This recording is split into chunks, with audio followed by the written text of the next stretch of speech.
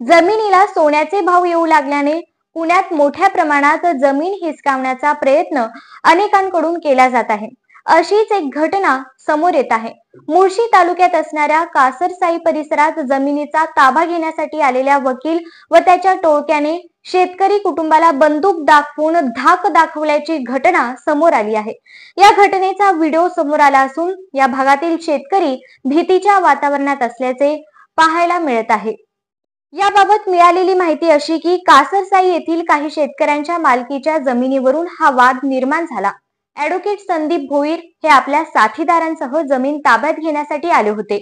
मात्र स्थानिक शेतकऱ्यांनी त्यांना तीव्र विरोध दर्शवला। यामुळे संतप्त झालेल्या भोईर यांनी आपल्या जवळील बंदूक काढून शेतकरी कुटुंबाला धमकावले।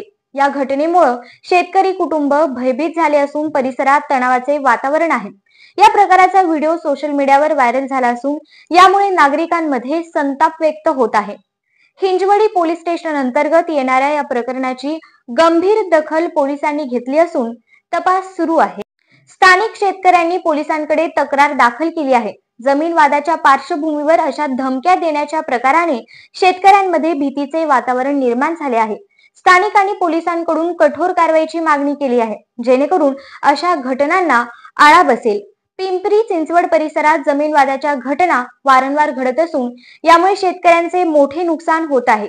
कासरसाईतील या घटनेने शेतकऱ्यांच्या सुरक्षेचा प्रश्न पुन्हा ऐरणीवर आला आहे। पोलिसांनी या प्रकरणात तातडीने कारवाई करावी अशी मागणी स्थानिक शेतकरी आणि नागरिकांमधून केली जात आहे। निलंबित प्रशिक्षणार्थी IAS अधिकारी पूजा खेडकर यांच्या आई मनोरमा खेडकर या हातात बंदूक घेऊन मुळशी तालुक्यातील धडवली गावकऱ्यांना धमकावत असल्याचा व्हिडिओ व्हायरल झाला होता। खेडकर यांनी खरेदी केलेल्या जमिनीच्या शेजारील जमीन ताब्यात घेण्याचा प्रयत्न केला होता। त्याला शेतकऱ्यांचा विरोध होता। त्यावेळी त्या शेतकऱ्यांना धमकावले होते।